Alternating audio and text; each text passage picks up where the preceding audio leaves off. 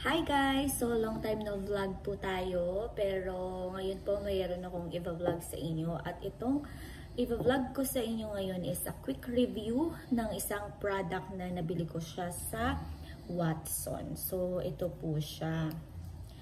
Wait lang po, bago ko ipakita sa inyo, kung napapansin nyo yung ating face, ayan, mas malala po yan last time. Ayan, mas malala siya last time, ayan. So, ito na nga. Pumunta ako sa Watson kasi sabi ko, nagtanong ako sa sales lady kung ano ba yung product na pwede kong gamitin, guys, para mawala yung aking mga dark spots due to acne. Nagkakaroon lang po ako ng acne tuwing magkakaroon ako. So, that is one in every month. Parang, yeah, yun lang, mga isa o dalawang acne. Pero ang reason nun is kasi magkakaroon po ako.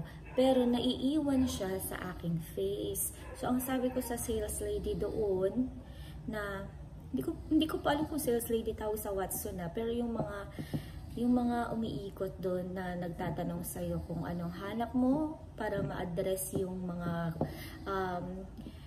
concerns mo sa iyong face. So yun nga, sabi ko sa kanya, Miss, pwede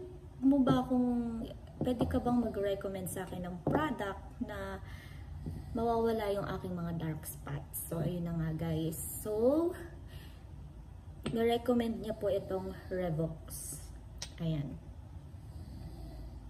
Yung Revox Just AHA Acids 30% and Revox Just Vitamin C 20%.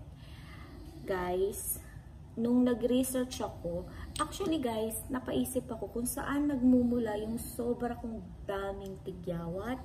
Nag-research ako guys, kasi ito lang naman ang ginamit ko. So yun na nga.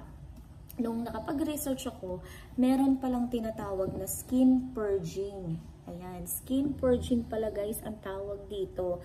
Yung kumbaga, para yung mga dead cells ba yun, o dead skin cells na nasa face natin is pinapurge niya na paibabaw para mapalitan daw guys ng panibagong skin.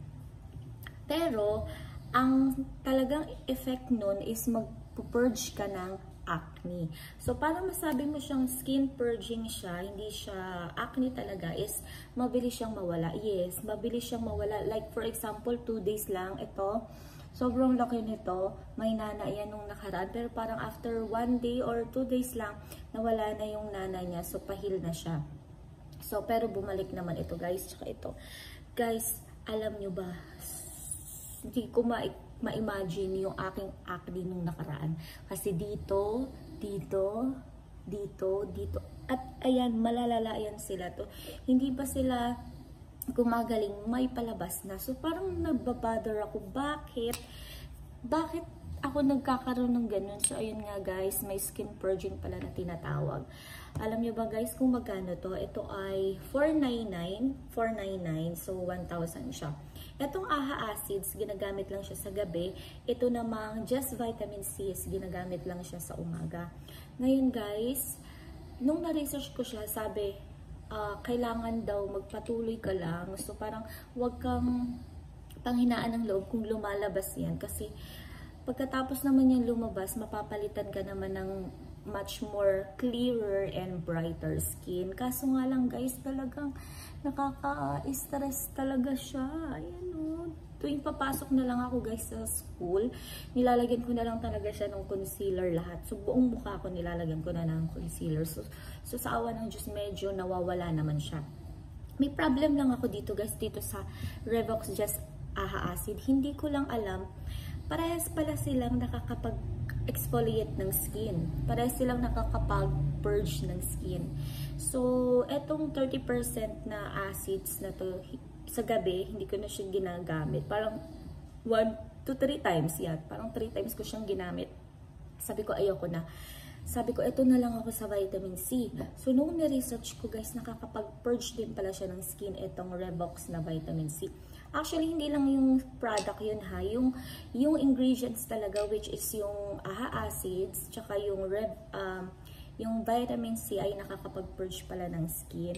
Hindi ko alam guys kung itutuloy ko pa siya. Pero, I don't know guys. Pwede sabihin nyo nga sa akin, baka nakagamit kayo ng ganito. Tapos, nag-purge talaga kayo ng acne sa face nyo. Tapos, after nun is, gumanda ang face nyo or gumaling kayo. Kasi guys, malapit na po akong sumuko eh. Hindi ko na po siya yata mauubos. Tingnan nyo guys, punong-puno pa siya. Hindi na nga ako naglalagay kasi sabi ko, i-heal ko lang yan, mag-stop na ako. Siguro, pipili ako ng ibang product na medyo mahihiyang ako. Siguro yung tinatawag nating, yung Garnier, kasi parang hiyang naman ako doon. May vitamin C naman sila na pang face cleaner. Tapos, meron silang face cleanser. Tapos, meron naman sila yung mga vitamin C pa na ibang product nila. Siguro yun na lang, guys. Ayawan ko, guys, please, sabihin nyo naman sa akin, guys, kung nakagamit kayo ng ganito. Tapos, naging ganito talaga ang resulta ng mukha ninyo. Nag-purge talaga kayo. Itatry ko pong ilagay yung mga picture ko kasi pinicturan ko siya. Ayan. Pero marami pa po talaga yan, guys. Pero parang ito, guys, naghihilo siya dito. Hindi na siya masyadong lumabas. Parang pawala na siya. So, ito na lang. Sabi kasi yung skin purging daw, lalabas yung mga acne mo kung saan doon ka talaga tinitigyawat lagi. So, which is, ayan. Diyan ako lagi tinitigyawat at ito. Dito ako lagi tinitigyawat. Pero dito, tsaka dito, hindi naman ako masyadong tinitigyawat dyan. Ayan, kasi ito pa guys, so yung isa kong problem, yung aking melasma na gusto kong mawala. So, alam ko vitamin C yun eh. Kaso naman guys, ito talaga yung naging king resulta, which is parang hindi ko alam kung itutuloy ko pa ba. Okay, ganun siya guys. So, yun lang po ang aking review dito sa product na ito. And, meron pa akong kasalanan, hindi ko sure kung dahil din ba yun. Itong AHA acid na to, ilalagay mo siya sa face mo sa night, pero 10 minutes mo lang siya dapat i-stay at kailangan mo siyang balawan. So, yung pangatlong beses ko siyang ginamit, guys, na-stay ko siya ng 2 hours because nakalimutan ko. Hindi ko din alam kung nagkaroon yun ng effect at nagkaroon ako ng ganito kadaming breakouts. Pero, in-stop ko na siyang gamitin, itong AHA acids na to. Nagstay ako dito sa vitamin C, pero ganun pa din guys ang aking mga breakouts. Hindi pa natatapos yung isa, lalabas na naman, lalabas, lahat lalabas. Pero ang problem ko lang naman dati guys, yung dark spots na naiiwan ng tigyawat tuwing nagkakaroon ako. So yun lang naman yung gusto kong tanggalin. Pero ayan na nga guys, look at me now. So I don't know guys, basta ito siya. Hindi ko lang sure kung nakagamit na kayo nito. But, yeah. This one. Ayan, thumbnail natin. Okay guys, yun lang po. Bye!